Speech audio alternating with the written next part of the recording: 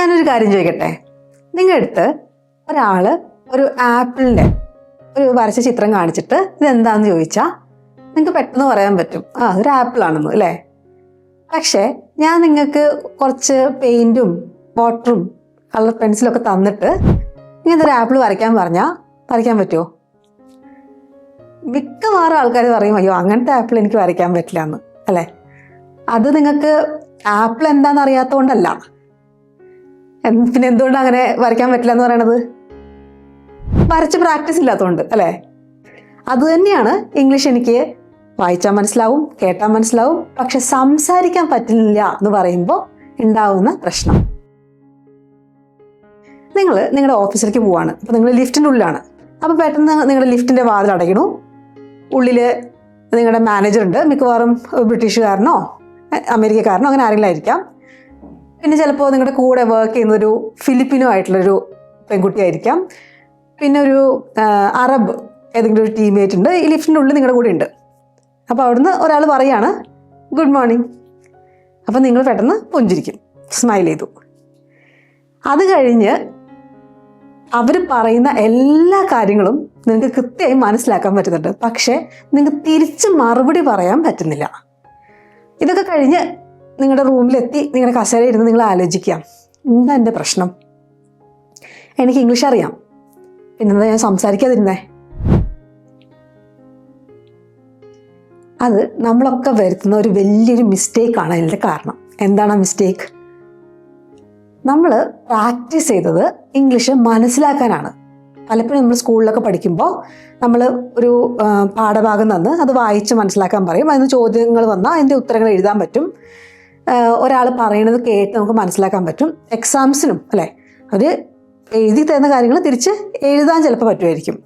പക്ഷേ നമ്മൾ ഇംഗ്ലീഷ് ഉണ്ടാക്കുന്നത്, പ്രൊഡ്യൂസ് ചെയ്യുന്നത് മിക്കവാറും പ്രാക്ടീസ് ചെയ്യുന്നത് വളരെ കുറവായിരിക്കും. ഈ എഴുതുന്ന സമയത്ത് നമ്മൾ പ്രൊഡ്യൂസ് ചെയ്യുന്നുണ്ട്, ഇംഗ്ലീഷ് വാക്കുകളും സെൻറ്റൻസസൊക്കെ ഉണ്ടാക്കാൻ ശ്രമിക്കുന്നുണ്ട്. പക്ഷേ സംസാരത്തിൽ അല്ലെങ്കിൽ പ്രാക്ടിക്കലായിട്ട് ഇത് ഉപയോഗിക്കുന്നത്, പ്രാക്ടിക്കലായിട്ടെന്ന് പറഞ്ഞാൽ നമ്മൾ നമ്മുടെ ജീവിതത്തിൽ ഇംഗ്ലീഷ് ഉണ്ടാക്കുന്നത്, സെൻറ്റൻസുകൾ ഉണ്ടാക്കുക, സ്പീഡിൽ സംസാരിക്കുക, ഇതൊക്കെ ചെയ്യുന്നത് വളരെ കുറവായിരിക്കും. അപ്പോൾ നമ്മളൊരു ആപ്പിളിൻ്റെ ചിത്രം കണ്ടാൽ അതൊരു ആപ്പിളാണെന്ന് മനസ്സിലാക്കാൻ പറ്റുന്ന പോലെ, പക്ഷെ നമ്മൾ ഒരിക്കലും അത് വരയ്ക്കാൻ ശ്രമിക്കാത്ത പോലെ നമ്മുടെ ബ്രെയിൻ ഇതൊക്കെ കണ്ടാലും കേട്ടാലും മനസ്സിലാക്കാൻ, റെക്കഗ്നൈസ് ചെയ്യാൻ വേണ്ടിയിട്ട് ട്രെയിൻഡാണ്. പക്ഷേ ക്രിയേറ്റ് ചെയ്യാൻ വേണ്ടിയിട്ട് ട്രെയിൻഡ് ആയിരിക്കില്ല. ഇനിയിപ്പോൾ നിങ്ങൾ കേരളത്തിൽ ഒരു സ്കൂളിൽ പഠിച്ചതായിരിക്കും. നിങ്ങൾ ചിലപ്പോൾ ഇംഗ്ലീഷ് മീഡിയത്തിൽ പഠിച്ചതാവാം, അല്ലെങ്കിൽ മലയാളം മീഡിയത്തിൽ പഠിച്ചതാവാം. എങ്ങനെയായാലും നമ്മുടെ ക്ലാസ്സുകളിലൊക്കെ പൊതുവേ ഉറക്കെ വായിക്കുന്നത് അല്ലേ, പാഠഭാഗം ഒരു കുട്ടി ഉറക്കെ വായിക്കൂ, പിന്നെ അതെടുത്ത് സിറ്റ് ഡൗൺ, അടുത്ത ആൾ വായിക്കൂ, ഇങ്ങനെ പറയുന്ന സംഭവം ഉണ്ടാവും. പിന്നെ ഗ്രാമർ എന്തെങ്കിലും ഉണ്ടെങ്കിൽ അതിൽ കറക്ഷൻസ് ഉണ്ടെങ്കിൽ അത് പറഞ്ഞുതരും. ഇതൊക്കെയാണ് സ്വാഭാവികമായി ക്ലാസ് റൂമിൽ സംഭവിക്കുന്നത് അല്ലേ. നമ്മൾ ഇംഗ്ലീഷ് സംസാരിക്കുന്നത് നിർബന്ധമാക്കും എന്ന് പറഞ്ഞാലും അങ്ങനെ നിർബന്ധ അവസ്ഥകൾ നമ്മൾ മിണ്ടാതിരിക്കും അല്ലേ. മിണ്ടാതിരിക്കാൻ ഇപ്പം അനുവാദമൊന്നും വേണ്ടല്ലോ. നമുക്ക് മിസ്റ്റേക്ക് വരുത്തുമോ എന്നുള്ളൊരു പേടി കാരണം നമ്മൾ അധികം ഒന്നും സംസാരിക്കില്ല. നമ്മളെങ്ങാനിനെ ഒരു ദിവസം അങ്ങ് ആർജവമൊക്കെ കാണിച്ച് എന്തെങ്കിലും ഒന്ന് മൊഴിഞ്ഞാൽ, അതിലെന്തെങ്കിലും തെറ്റ് പറ്റിയാൽ നമ്മുടെ കൂടെ എല്ലാത്തിനും കൂട്ടു നിൽക്കാറുള്ള ഫ്രണ്ട്സ് പോലും വായും പൊത്തിച്ചിരിക്കും. അങ്ങനെയുള്ള അവസ്ഥയിൽ നമ്മൾ ഒരു സർവൈവൽ റൂൾ പഠിച്ചു. എന്താ അത്? ഒന്നും മിണ്ടാതിരുന്നാൽ ഒരു പ്രശ്നമില്ല, തെറ്റ് വരത്തില്ല. Better B silent than wrong. ആ ഒരു ശീലം നമ്മൾ ജീവിതകാലം മുഴുവൻ കോളേജിലും ഇൻ്റർവ്യൂസിനും പിന്നെ നിങ്ങളിപ്പോൾ ഗൾഫിൽ എവിടെയെങ്കിലും ഓഫീസുകളാണെങ്കിൽ അവിടെയും ഒക്കെ ഫോളോ ചെയ്തുകൊണ്ടിരുന്നു അല്ലേ. എന്തുകൊണ്ടാണ് അണ്ടർസ്റ്റാൻഡിങ് സ്പീക്കിംഗ് അല്ല എന്ന് പറയണത്? അണ്ടർസ്റ്റാൻഡിങ് എന്ന് വെച്ചാൽ പാസീവായിട്ടുള്ളൊരു സ്കില്ലാണ്. ഒരാൾ പറയുന്നത് കേട്ട് മനസ്സിലാക്കുന്നതിന് നമ്മൾ ആക്റ്റീവായി സിന്തസൈസ് ചെയ്യുന്നില്ല. പക്ഷെ സ്പീക്കിംഗ് എന്ന് പറയണത്, റൈറ്റിങ്ങും അതുപോലെ തന്നെയാണ്. പക്ഷെ സ്പീക്കിങ്ങിന് കുറച്ചുകൂടി സ്പീഡിൽ നമ്മൾ സിന്തസൈസ് ചെയ്യണം അല്ലേ. റൈറ്റിംഗ് നമ്മളൊരു സെൻറ്റൻസ് എഴുതിയിട്ട് ഇവിടെ അത് വേണ്ട, ആ വാക്ക് എനിക്ക് ഉറപ്പില്ല, അതിൻ്റെ അടുത്തുള്ള വേറെ വാക്ക് ഉപയോഗിക്കാൻ കുഴപ്പമില്ല, അങ്ങനെ പറഞ്ഞ് നമുക്ക് തിരുത്താം അല്ലേ. എസ്പെഷ്യലി ഇന്നത്തെ കാലത്ത് ചാറ്റ് GPT ഒക്കെ ഉള്ളപ്പോൾ നമുക്ക് കുറച്ചുകൂടെ സമയമെടുത്ത് അല്ലെങ്കിൽ ആൾക്കാരോട് ചോദിച്ചോ എങ്ങനെയെങ്കിലും ഇതൊക്കെ ഒന്ന് കറക്റ്റാക്കാം. പക്ഷെ സ്പീക്കിംഗ് സമയത്ത് ഇതൊന്നും നോക്കാനും പിടിക്കാനും ചോദിക്കാനുള്ള സമയമില്ല. നമ്മൾ റിയൽ ടൈമിൽ സിന്തസൈസ് ചെയ്യണം ലാംഗ്വേജ്. അപ്പോൾ പിന്നെ ചിലർ പറയും എൻ്റെ പ്രശ്നം വാക്കുകൾ കിട്ടാത്തതാണ്, വൊക്കാബുലറി ശരിയല്ലാത്തതാണ് പ്രശ്നം എന്ന് പറയും. ശരിക്കും പറഞ്ഞാൽ നമുക്ക് അത്യാവശ്യം സംസാരിക്കാൻ വേണ്ട വൊക്കാബുലറിയൊക്കെ എല്ലാവർക്കും അറിയാം. ഇനി അതല്ല, മലയാളത്തിന് കാര്യം എടുക്കൂ. നിങ്ങൾ എല്ലാ വാക്കുകളും പഠിച്ചിട്ടാണോ സംസാരിക്കാറുള്ളത്? മറന്നു പോകാറില്ലേ? ഞാനൊക്കെ എത്ര സമയത്ത് എന്തൊക്കെ വാക്കുകൾ മറന്നു, അതിനൊരു വാക്ക് പറയുമല്ലോ എന്നൊക്കെ പറഞ്ഞിട്ട് നമ്മളിങ്ങനെ പറയില്ലേ? അത് ഞാൻ മലയാളത്തിൽ ഫ്ലുവൻ്റ് അല്ലാഞ്ഞിട്ടാണോ? അത് പോട്ടെ, ഞാനിവിടെ ഇംഗ്ലീഷ് പഠിപ്പിക്കുമ്പോൾ തന്നെ ചില സമയത്ത് മലയാളം എഴുതുമ്പോഴോ അല്ലെങ്കിൽ പറയുമ്പോഴോ തെറ്റാറുണ്ട്. അപ്പോൾ മലയാളത്തിൽ അറിവുള്ള ആൾക്കാർ വന്ന് ഇതിങ്ങനെയല്ല എന്ന് കറക്റ്റ് ചെയ്ത് തരാറുണ്ട്. ചിലവർ കളിയാക്കാറുണ്ട്. എന്ന് വെച്ചാൽ നാളെ മുതൽ ഞാൻ മലയാളം സംസാരിക്കുന്ന നിർത്താമെന്ന് ഞാൻ വിചാരിക്കാറുണ്ടോ? നിങ്ങൾ വിചാരിക്കും അങ്ങനെ? ഇല്ല. അപ്പോൾ നമ്മൾ പ്രോബ്ലം എന്ന് പറയുന്നത് നമ്മൾ സ്പീക്കിങ്ങിൻ്റെ പ്രാക്ടീസ് ഇല്ലായ്മയാണ്. പലരും ഫ്ലുവൻസി എന്ന് പറയുമ്പോൾ മനസ്സിലാക്കി വെക്കുന്ന കാര്യം, ഫ്ലുവൻസി എന്ന് പറഞ്ഞിട്ടുണ്ടെങ്കിൽ അറിവാണെന്നാണ്. അത് ആണ് ആദ്യം തിരുത്തേണ്ട ഒരു സംഗതി തലയിൽ. ഫ്ലുവൻസി എന്ന് പറഞ്ഞാൽ ഒരു മസിലാണ്. മനസ്സിലായോ? ഇപ്പം നമ്മൾ ജിമ്മിലൊക്കെ പോയിട്ട് വർക്കൗട്ട് ചെയ്യില്ലേ? ജിമ്മിൽ പോകുന്ന ആൾക്കാർക്ക് അറിയാം, നമ്മൾ ഇപ്പോൾ കൈയിനൊക്കെ വർക്കൗട്ട് ചെയ്ത് നല്ല വേദനയായിരിക്കും, പക്ഷെ പിന്നെ അതിലത്തെ മസിൽസൊക്കെ ഡെവലപ്പായി തുടങ്ങും അല്ലേ? അല്ലെങ്കിൽ ആബ്സ് എക്സസൈസ് ചെയ്യുകയാണെങ്കിൽ ആബ്സിലത്തെ മസിൽസൊക്കെ റെഡിയാവും. പിന്നെ കുറച്ച് കഴിയുമ്പോൾ നമുക്ക് ആ കൈ ഉപയോഗിച്ച് എന്തെങ്കിലുമൊക്കെ പൊക്കണമെങ്കിൽ നല്ല സുഖമായിരിക്കും, എളുപ്പം പൊക്കാൻ പറ്റും.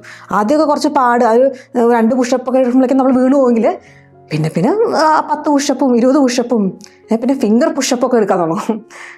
അതേപോലെ ഫ്ലുവൻസി അതുപോലൊരു മസിലായിട്ടാണ് നമ്മൾ കണക്കാക്കേണ്ടത്. മനസ്സിലായോ? അല്ലാതെ ഈ ബൈസെപ്സിനെ കുറിച്ചുള്ള അറിവുകളും അതിലത്തെ ഓരോ മസിൽസിനെ കുറിച്ചുള്ള അറിവും കിട്ടിയാൽ പുഷപ്പ് എടുക്കാൻ പറ്റുമോ? പ്രാക്ടീസ് വേണം. അപ്പോൾ ഫ്ലുവൻസി നോളജ് അല്ല, അറിവല്ല, ഒരു മസിൽ പോലെയാണെന്നുള്ളതാണ് നമ്മൾ ആദ്യം നമ്മുടെ മനസ്സിനെ പറഞ്ഞ് പഠിപ്പിക്കേണ്ടത്. കാരണം അല്ല എന്ന് നമ്മൾ ഇത്രയും കാലം നമ്മൾ പഠിച്ചുകൊണ്ടിരിക്കുകയാണ്, നമ്മളെ തന്നെ ബോധ്യപ്പെടുത്തിക്കൊണ്ടിരിക്കുകയാണ്. എന്താണ് ഫ്ലുവൻസി എന്ന് പറഞ്ഞാൽ നമുക്ക് അറിയില്ലാത്തതുകൊണ്ടാണ് ഫ്ലുവൻസി കിട്ടാത്തതെന്ന്. അല്ല, ഒരു മസിൽ പോലെ പ്രാക്ടീസ് ചെയ്ത് ഉണ്ടാക്കേണ്ട, ഡെവലപ്പ് ചെയ്യേണ്ട ഒരു സംഭവമാണ്.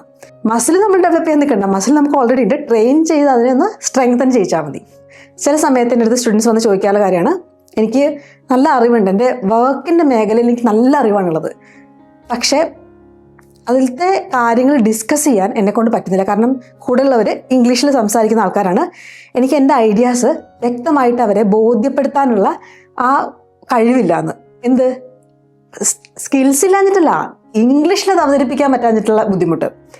ഇത് കുറേ പേരെൻ്റെ അടുത്ത് വന്ന് പറയുന്നത് നമുക്ക് സങ്കടം തോന്നും. കാരണം ശരിക്കും പറഞ്ഞാൽ ഒരാളുടെ കഴിവ് എന്ന് പറയുന്നത് ഇംഗ്ലീഷായിട്ട് ബന്ധപ്പെടുത്തേണ്ട കാര്യമില്ല അല്ലേ? ഇംഗ്ലീഷ് അറിഞ്ഞാലും അറിഞ്ഞില്ലെങ്കിലും അയാൾക്ക് കഴിവുണ്ട്, അയാൾക്ക് അറിവുണ്ട്, അയാളുടെ മേഖലയെങ്കിൽ അയാൾക്ക് മുന്നോട്ട് പോകാൻ പറ്റണം. പക്ഷേ ഇന്നത്തെ പ്രശ്നം എന്ന് വെച്ചാൽ എത്ര അറിവുണ്ടായിട്ടും കാര്യമില്ല, അത് അവതരിപ്പിക്കാനുള്ള കഴിവില്ലെങ്കിൽ കഴിഞ്ഞു. ഇനിയിപ്പോൾ അവതരിപ്പിക്കാനുള്ള കഴിവുണ്ടായിട്ടും കാര്യമില്ല, ഇംഗ്ലീഷ് തന്നെ അവതരിപ്പിക്കുകയും വേണം. അപ്പോൾ പൊതുവെ ഇങ്ങനെ ഓഫീസിൽ എന്തെങ്കിലുമൊക്കെ മീറ്റിങ്ങുള്ളപ്പോൾ മാനേജർമാർ ചോദിക്കാറുണ്ട്, എന്തെങ്കിലും ഐഡിയാസ് ഉണ്ടോ എന്നൊക്കെ. അപ്പോൾ നിങ്ങൾക്കാണെങ്കിൽ നല്ലൊരു ഐഡിയ ഉണ്ടാവും. നിങ്ങൾ ഈ വിഷയത്തിലാണ് നിങ്ങൾ ഓഫീസിൽ ജോയിൻ ചെയ്തപ്പോൾ അന്ന് മുതൽ നിങ്ങൾ വർക്ക് ചെയ്തുകൊണ്ടിരിക്കണം. അപ്പോൾ നിങ്ങൾക്ക് നല്ല അറിവുണ്ട്, ഇതിൻ്റെ അകത്തും പുറത്തുമായിട്ട് നല്ല അറിവുണ്ട്, നിങ്ങൾക്ക് ഇതിനെക്കുറിച്ച് ഐഡിയ ഉണ്ട്. അപ്പോൾ അത് അവതരിപ്പിക്കണം. അപ്പോൾ നിങ്ങളുടെ തലയിൽ എന്താ ചെയ്യുക? ആദ്യം തന്നെ മലയാളത്തിലുള്ള നമ്മുടെ ഈ ഐഡിയ നമ്മൾ ഇംഗ്ലീഷിലോട്ട് ട്രാൻസ്ലേറ്റ് ചെയ്യും. പിന്നെ നോക്കും ആ സെൻറ്റൻസുകളിൽ എന്തെങ്കിലും ഗ്രാമർ മിസ്റ്റേക്ക് ഉണ്ടോ എന്ന്. അത് കഴിഞ്ഞൊരു വാക്കുണ്ട്, അതിൻ്റെ പ്രൊനൗൺസിയേഷൻ തെറ്റോ ഒന്നൊന്ന് ചെക്ക് ചെയ്യാൻ നോക്കും. അത്രയൊക്കെ ചെയ്ത് കഴിയുമ്പോഴേക്കും നമ്മൾ റെഡിയായി. അപ്പോഴേക്കും വേറെ ആരെങ്കിലും സംസാരിക്കും, അയാളുടെ ഐഡിയ നല്ലതെന്ന് പറയും, കൺഗ്രാജുലേഷൻ പറയും. നമ്മുടെ ഐഡിയ നമ്മുടെ തലയിൽ തന്നെ സൈലൻ്റ് ആയിട്ട് നിൽക്കും. പൊതുവെ ആൾക്കാർക്ക് ഫ്ലുവൻസി എന്ന് പറഞ്ഞാൽ എന്താണെന്ന് ചോദിച്ചാൽ കുറച്ച് ഉത്തരങ്ങളുണ്ട്. ഒന്ന് പെർഫെക്റ്റ് ആയിട്ടുള്ള ഗ്രാമർ, പിന്നെ നല്ല സ്മൂത്തായിട്ട് സെൻറ്റൻസസ് ഉണ്ടാക്കുക അല്ലേ, ഒരു ഒടുവും ചതവും ഇല്ലാത്ത സെൻറ്റൻസുകൾ. പക്ഷേ നേറ്റീവ് സ്പീക്കേഴ്സ് സംസാരിക്കുമ്പോൾ നമ്മൾ ശ്രദ്ധിച്ചിട്ടുണ്ടോ? അവർ പലപ്പോഴും ഐ മീൻ മേ ബി എന്നൊക്കെ പറഞ്ഞിട്ട് ഇങ്ങനെ കുറേ പോസൊക്കെ എടുക്കും. അവർ ഫ്ലുവൻ്റ് അല്ലേ? ഇപ്പോൾ നമ്മുടെ ഈ ഡെഫിനിഷൻ വെച്ചിട്ട് അവർ ഫ്ലുവൻ്റ് ആയിരിക്കില്ല, പക്ഷെ അവർ കംഫർട്ടബിൾ ആണ്. അവർക്കത് പറയാൻ യാതൊരു ബുദ്ധിമുട്ടില്ല. ഇങ്ങനെ എന്നൊക്കെ പറഞ്ഞിട്ട് അവരുടെ കാര്യം അവതരിപ്പിക്കാൻ അവർ കംഫർട്ടബിൾ ആണ്. അപ്പം ഞാൻ നേരത്തെ പറഞ്ഞില്ലേ, ആപ്പിൾ നിങ്ങൾക്ക് വരയ്ക്കാനാണ് നിങ്ങളുടെ ഉദ്ദേശമെങ്കിൽ പല പല ആപ്പിളുകളുടെ പേരുകൾ പഠിച്ചിട്ടോ അവർ ഏത് സീസണിലാണ് വളരുകയെന്നൊന്നും പഠിച്ചിട്ട് കാര്യമില്ല. വരച്ച് പ്രാക്ടീസ് ചെയ്യണം. എന്തൊക്കെ വരയ്ക്കണം? ചീത്ത ആപ്പിൾ വരയ്ക്കണം, ഒരു ഭംഗിയില്ലാത്ത ആപ്പിൾ വരയ്ക്കണം, വീണ്ടും വീണ്ടും വരയ്ക്കണം. അങ്ങനെ വരച്ച് കഴിയുമ്പോൾ നല്ല സുന്ദര കുട്ടപ്പന്മാരായ ആപ്പിളുകൾ നിങ്ങൾ വരയ്ക്കും. അതുമാതിരി തന്നെ നിങ്ങൾക്ക് ഇംഗ്ലീഷ് സംസാരിക്കണമെങ്കിൽ പ്രാക്ടീസ് ചെയ്യണം. എങ്ങനെയൊക്കെ പ്രാക്ടീസ് ചെയ്യണം? ഒട്ട രീതിയിൽ ആദ്യം പ്രാക്ടീസ് ചെയ്യണം. കാരണം ശരിക്കുള്ളത് ചിലപ്പോൾ അറിയണ്ടാവില്ല, കുഴപ്പമില്ല, അത് പ്രാക്ടീസ് ചെയ്യണം. കുറേ ഗ്രാമർ പഠിക്കുകയല്ല. ഗ്രാമർ അത്യാവശ്യം വേണം. ഇതിൻ്റെ അർത്ഥം ഗ്രാമർ ഒട്ടും വേണ്ടെന്നല്ല. ഒരു ലാംഗ്വേജ് അവതരിപ്പിക്കാനുള്ള റൂൾസാണ് ഗ്രാമർ. ഓക്കെ, അതൊരു ബേസിക് മിനിമം അറിയണം. എവിടെ നിന്ന് അറിയും?